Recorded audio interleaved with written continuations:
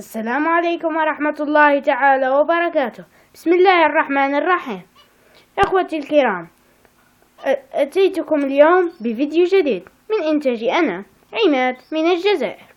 في هذا الفيديو أخواني الكرام سنتعلم كيفية تنظيف قفص الطيور وكيفية تنظيفها كاملة، ولكي نقي طيورنا الجميلة من الفاش اللعين، وهو المسبب في فقر الدم للطيور. لنبدأ وعلى بركة الله. يجب أن يكون لدينا يا أخواني جريدة، ويكون أيضا لدينا الماء يجب أيضا أن يكون لدينا. سننظف قفص الطيور. الآن ننزع قاع القفص، نرفع الطيور، نضعها جانبا، ثم نأتي بالقفص. هذه الجريدة القديمة يجب أن نرميها، فننزعها، نلويها ثم ننزعها هكذا يعني.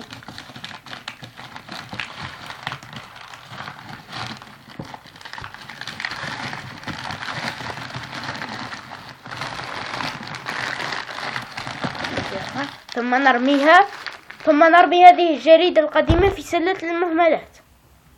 ثم نأتي بالجريدة الجديدة أخواني الكرام، نضعها هنا هكذا، ونلصقها جيدا كي لا ينزعها الطيور. فبعض الطيور أخواني ينزعون الجرائد، يحبون اللعب بها فينزعون.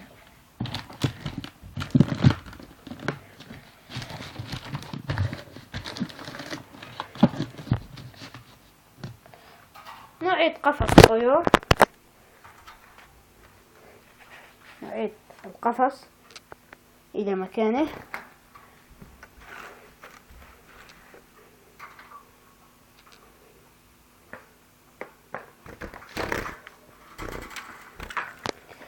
هكذا أعدنا القفص من الأسفل نقي من فضلات الطيور إخواني. ثم ننزع المجسمات.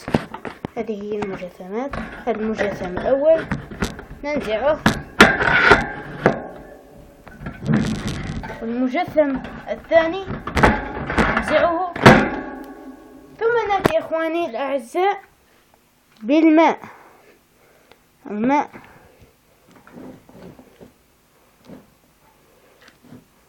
ثم نضع المجسمات في الماء ونغسلها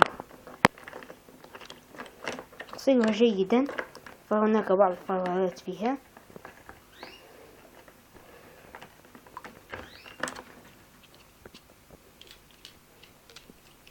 غسلنا المجسمات الآن. ثم أخواني الأعزاء ننزع المشربيات. هذه المشربية الأولى،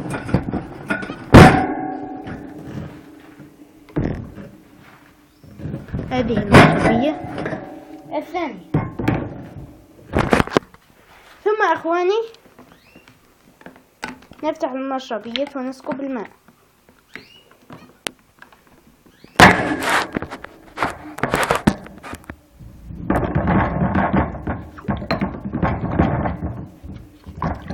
نسكب الماء ونغسل المشربيات جيدا جدا. ثم أخواني الأعزاء نذهب لنملأ المشربيات. انتظروني قليلا، سوف آتي الآن. انتظروا.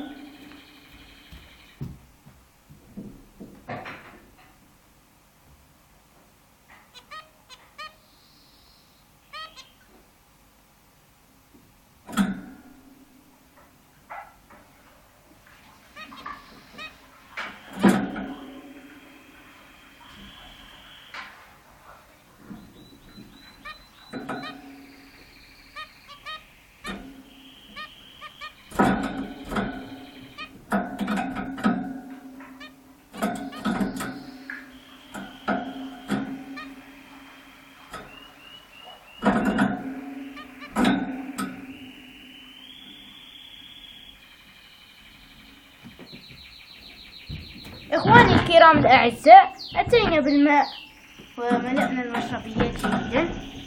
هذه هي المشربيات مملوءة، ها هي مملوءة بالماء، ونعيدها إلى قبل.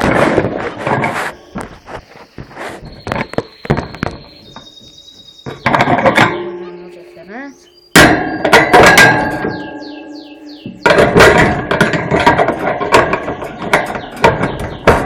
ونعيد مجسم ثاني.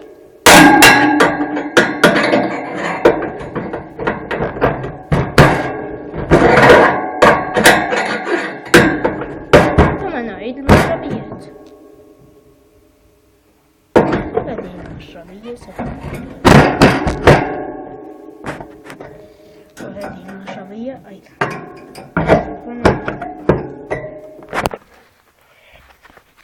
إخواني الأعزاء الكرام، أنهينا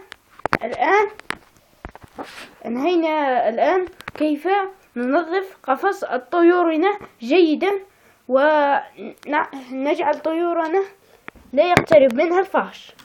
فهكذا يا أخواني تنظفون قفص طيوركم بشكل جيد ورائع.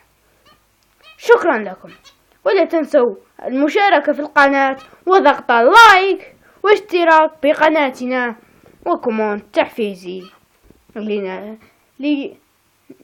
لنمكنكم من مشاهدة فيديوهاتنا، وإلى اللقاء.